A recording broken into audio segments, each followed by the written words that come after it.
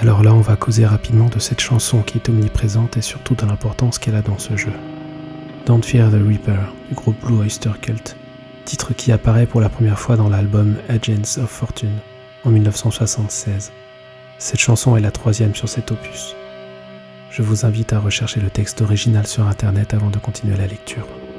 Le sens du texte de cette chanson est expliqué par son auteur-compositeur Donald Rother alias Buck Dharma dans plusieurs interviews dont une donnée à The Guardian le 19 février 2019. Je vous mets le lien dans la description. Dans cette interview, il explique que le groupe a toujours été un peu romantique dans l'âme. À l'âge de 22 ans, on lui diagnostique une maladie du cœur et pense ne pas vivre vieux. Il joue ce riff et les paroles qui lui viennent en tête sont les premières de la chanson.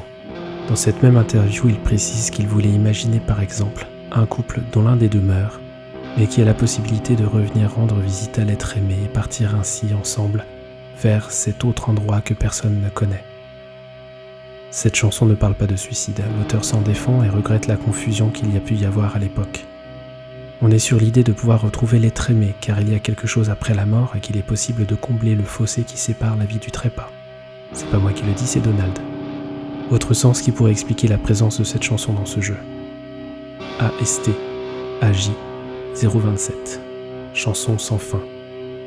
Tout semble indiquer une conscience collective extrêmement organisée, curieux. Que peut-on ressentir lorsqu'on fait partie d'une telle symphonie ? Il n'y aurait plus d'obstacles, seulement l'union fluide et infinie. Une chanson magnifique qui ne s'arrêterait jamais, un hymne libérant de l'envie.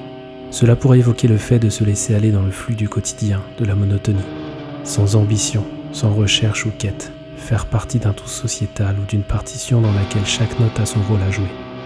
C'est plus simple d'avoir un but défini par un groupe et ne pas se sentir seul, car on fait corps avec un ensemble. Mais dans ce cas, nous ne sommes dorénavant plus qu'une fonction. On débranche le cerveau, on coupe le robinet de la réflexion.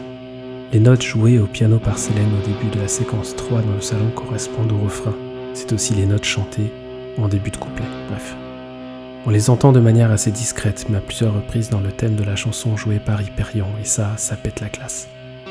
D'ailleurs, une fois remarqué, il est impossible de ne plus les entendre. On l'entend aussi partiellement sur une courte séquence pendant une des fins, on va y venir. Et ça a surtout du sens, mais là on va commencer doucement, enfin, à explorer quelques théories. Et pour ça, on va parler du déroulement chronologique du jeu, manette en main, sa structure, ses biomes et ses boss, ses fins. Petite parenthèse que je trouve intéressante, l'utilisation du trémolo de manière ponctuelle dans le jeu et dans certaines séquences. Cet effet ajoute un aspect fragmenté au déroulement de l'intrigue, et est juste parfait pour ce que le jeu nous raconte. Cette bande-son tient du génie. Une dernière chose anecdotique et gratos. Housemarque a fait un travail absolument dantesque et je ne peux m'empêcher de penser à ce groupe de musique provenant également de Finlande, Oranssi Pazuzu. Parmi leur discographie, on trouve un album tentaculaire, hypnotique et terriblement bien écrit.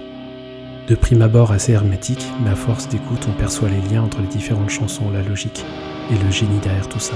Je ne peux m'empêcher d'y penser encore et encore.